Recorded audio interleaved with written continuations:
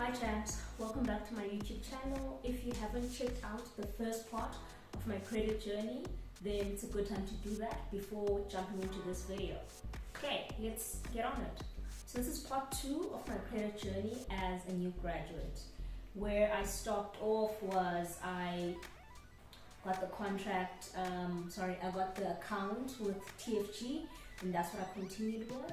And then I made the mistake of getting a contract with Telkom. So that went on for about 6 months. The Wi-Fi only worked for 2 months because they didn't have coverage, right? And then they delivered a second router and they double charged me. It was a mess. I got out of it and then my credit score dipped quite a bit. I'm going to show you up here what that looks like and how I recovered from that. So after that, I was just a bit wary about credit and credit facilities, and I didn't make the most use of them, which is quite, a disadvantage to myself because I do work in financial services, so I get really good interest rates. And I was just hesitant after that. I was hesitant to take out a credit card. I was hesitant to take out all of these, items. So that's 2018, right? First year working. In 2019, I wanted to buy furniture and to book for my parents to come for graduation in April, and I didn't have enough money. So I thought, okay, it would be a good time to, open up a credit facility. I haven't bought the house; it's still at the back of my mind. I went to Capitec. That's who I banked with at the time. I went to Capitec and I asked to apply for, a credit card. I wasn't approved for a credit card. And instead they gave me a credit facility of about 1.2 and I had to pay back as 1.4, which I was uncomfortable with, but I was like, okay, I need to get this started. So I did that and then I closed it off after a month because I didn't understand, it didn't meet the requirements of what I wanted in terms of the amount, and also the interest was a bit high for my liking. And then Capitec didn't allow me to get a credit card after that, because they told me if I take that credit facility and I keep it for a couple of months, then they'll revisit my application. And I was just like, you know what, you're not giving me what I want and the interest is a bit high. I'm paying 200 Rand on a loan of 1.2 that I don't actually need. So I was like, okay, no.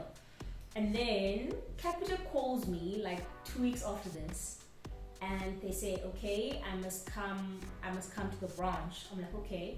After work, I drive through the branches. The nice thing is that Capitec closes a bit later than the other banks, which is quite, advantageous for us 9-to-5ers. I get to the branch. Does Capitec not offer me a loan of 60k over 5 years? I'm like, I just need about 5k, to buy a bed and book flights, in addition to the savings I have, and a loan of 60k isn't going to do, what I want. It's, it's overkill. And for me, I couldn't understand why I wasn't approved for a credit facility of 5k, but I'm getting approved for a loan for 60k. So I asked the lady, what must I do with that? And she's like, you can buy a car. And I was like, so it wasn't hard for me to move to Nedbank and to close off my Capitec account because they didn't actually give me what I wanted in terms of credit facilities.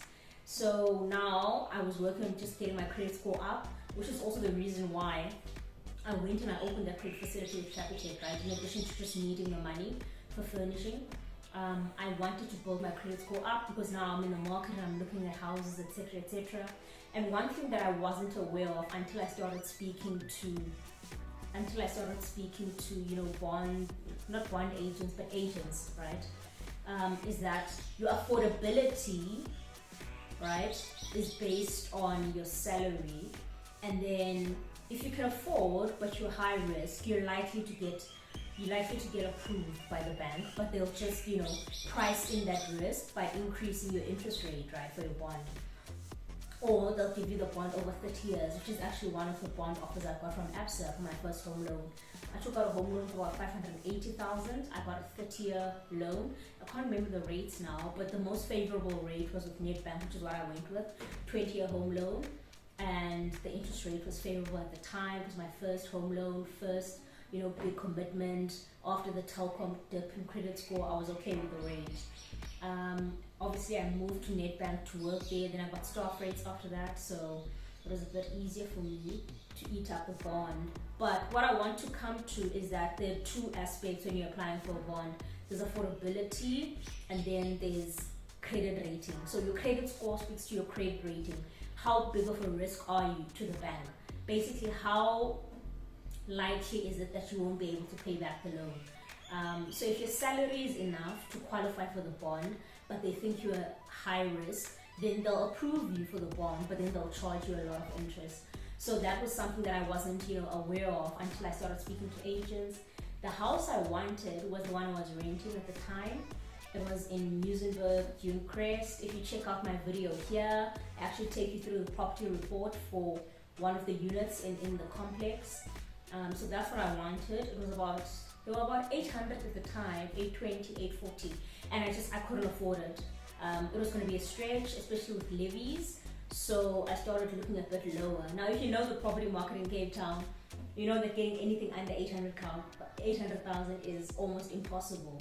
And I was only familiar with the southern suburbs and southern peninsula, because I know with the north you can actually get like good value for money for things like under 700,000, your Bloberg, your Tafelberg, your Pinelands. It's just that I didn't know that area, and I was planning on leaving Cape Town. I just wasn't sure when. So I wanted an area that I was comfortable about the rental market with. So I had to like go down from your 820, sort of looking under 700, sort of looking under 6. And then I started speaking to people, and they were like, okay, you need to factor in the levies. Do you have enough money for transport costs, etc., etc., etc. So that was basically my journey through credit. Like today, I've got a credit facility, a fusion account with RMB, and I've got a home loan, and I've got a vehicle finance. So I've sort of moved over, the hurdle of accessing credit, but I only do it for big items, big ticket items. I don't do it, like I'll never fund a trip on credit, because that means genuinely that's luxury spending that doesn't warrant my use of credit. Not to say other people shouldn't or couldn't or wouldn't or don't.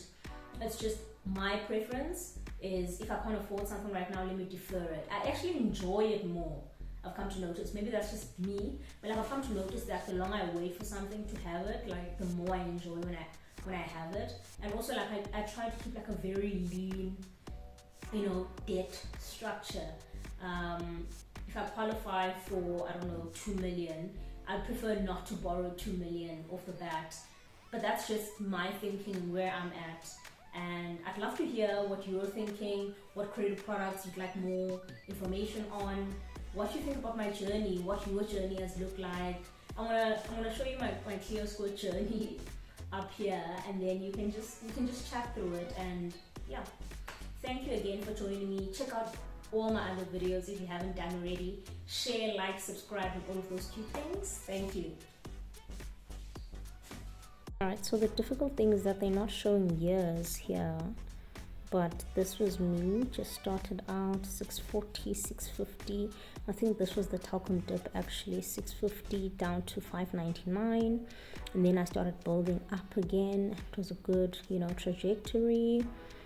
666, I actually was really excited here, and then I started getting a dip when I applied for my home loan, because obviously I went to the multiple banks, and then they did a lot of hard searches. So that's what you're seeing here. Late last year, early this year, that's what you're seeing. I applied for vehicle finance, and I applied for my RMB fusion account. So that's the dip, and then right now I'm in recovery, and I'm currently sitting at 646, which is okay, but like I can do better.